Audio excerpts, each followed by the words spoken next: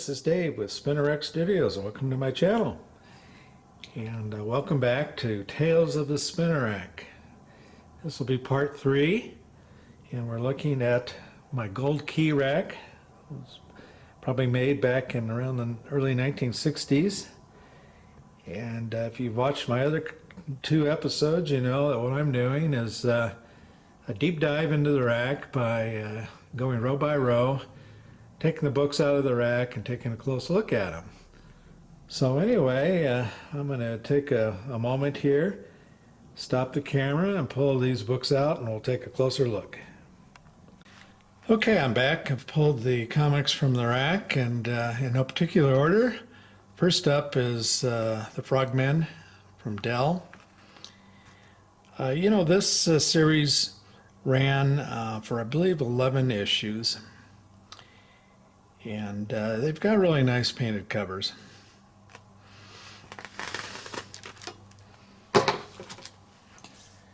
Next up is Rawhide Kid 131. This is a reprint of an earlier Rawhide Kid.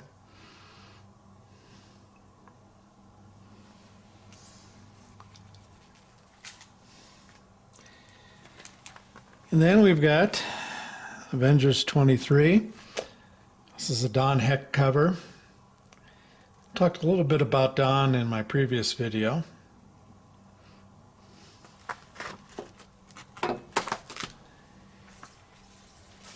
And then moving to Fantastic Four number 72. An obvious Jack Kirby cover.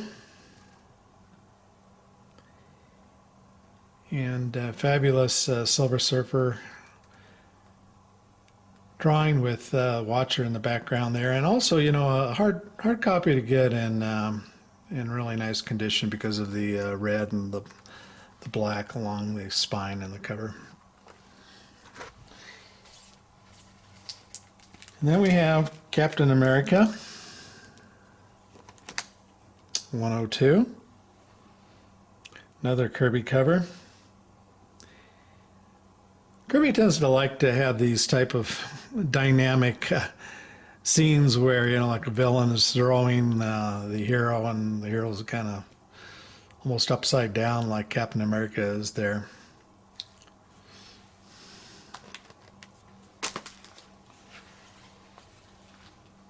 And then here's another Frogman again. As I mentioned before, and as you can see, I really kind of like to have a diverse grouping of comic books in my spinner racks. And I enjoy the painted covers. It's kind of a nice change of pace from the penciled covers.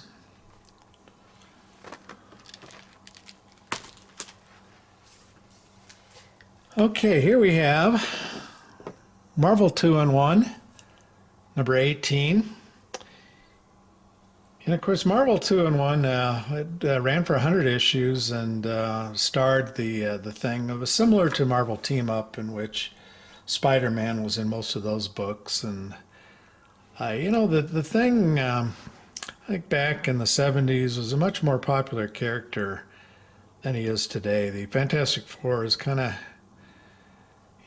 taken a back seat due to some of the poor movies it's had, but now that it's joined the MCU, hopefully it'll be brought into the MCU and kind of regain some of its glory.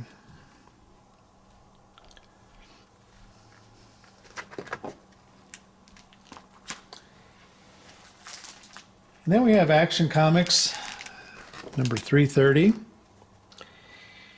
And this is covered by the legendary Curt Swan, longtime Superman artist, as I'm sure you know. Moving back to Marvel, Tales of Suspense, number 62, Kirby cover, with Vince Colletta doing the inks.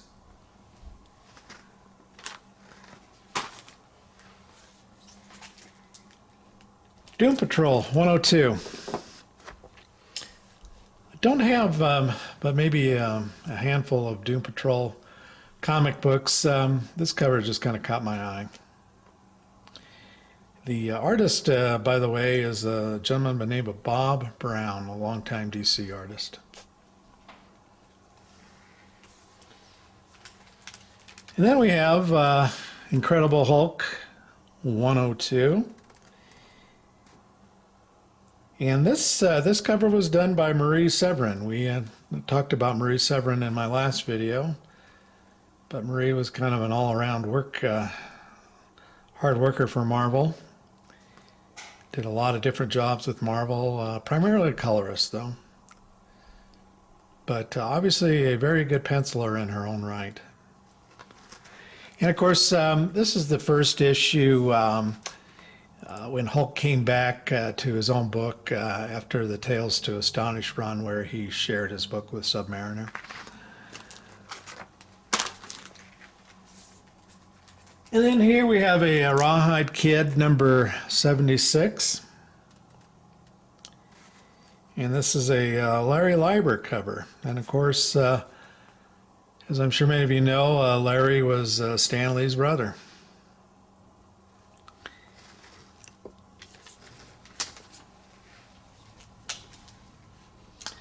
Here's Sea Devils number 31.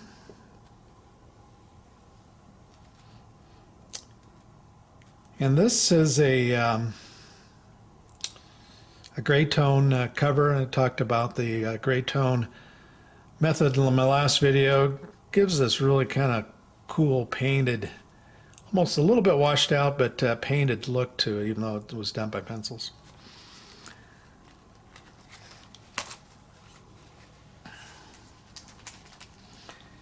Chamber of Chills number 24. And the artist on this was Al Milgrom, a longtime Marvel penciler, editor, name I'm sure you recognize. And, you know, Al, at one point, I read online where at one point Al lived in the same Queens apartment building as artists Walt Simonson, Howard Chaykin, and Bernie Wrightson.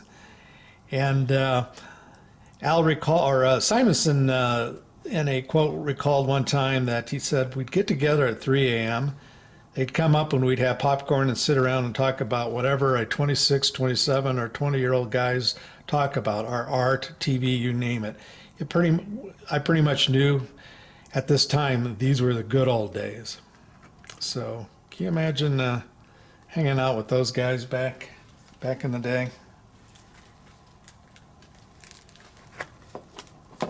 And then here we have Submariner number 2.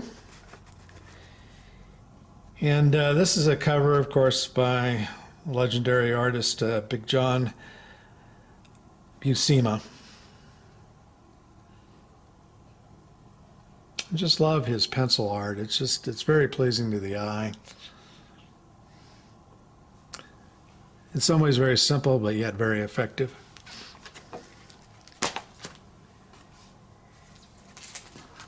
And then moving on, we've got Hulk 122, done by the longtime Hulk artist Herb Trimpe.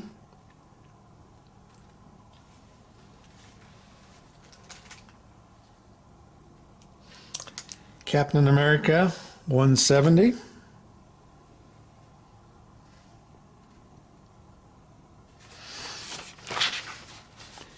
And that's Gil Kane art, yet another very well-known, long-time comic book artist.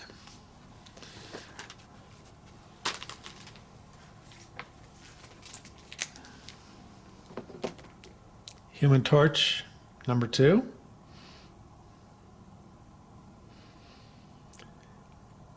I'm not sure, that might be another Larry Lieber cover. And then we have a king-size special Thor number 2. And you can see it says 1966 there. But beware, this is not an original, the original Thor annual number 2 from 66. In fact, it is a J.C. Penney reprint. And oddly enough, J.C. Penney's made available in its 1994 Christmas catalog a set of 15 comic books for $14.99 plus shipping. The problem with these is that the front covers of these comic books look exactly like the originals, but inside contain advertisements for 1994. Except for, I believe, one of them I read online, Young Men number 25, which had original ads inside. And also, all of these reprints had the same back cover from Stridex ad. But, you cannot tell from the front cover that it's a reprint, so you have to be really careful. If you open it up, the indice, it would indicate second printing. And then, like I said, they all had this Stridex ad on the back.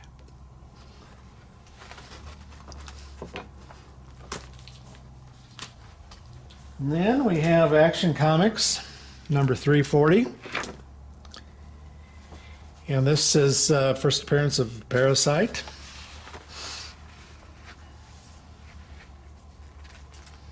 Fantastic Four, number 73.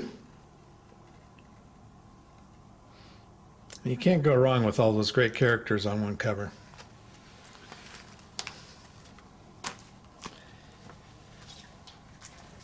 And then we have Cap 117. And of course, this is a important issue, first appearance of Falcon. This is a Gene Colan cover, and of course, it's my understanding that this book has been pretty hot as of lately due to the TV show that just recently ended on Disney Plus. And this has always been kind of a key book in the Captain America series.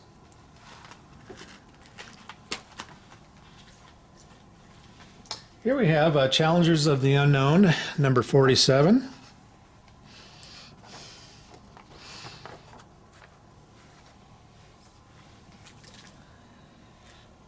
Fantastic Four, 55. Jack Kirby cover.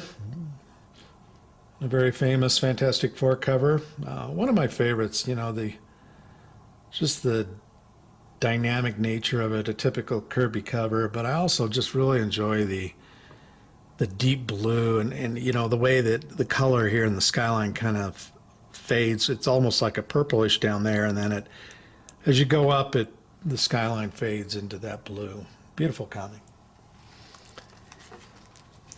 And then finally, we'll end with Tales to Astonish, 63. And I believe those are both Jack Kirby art covers. Anyway, this concludes the third side of the Gold Key Rack, and I hope you enjoyed it, and stay tuned for my next episode. Take care.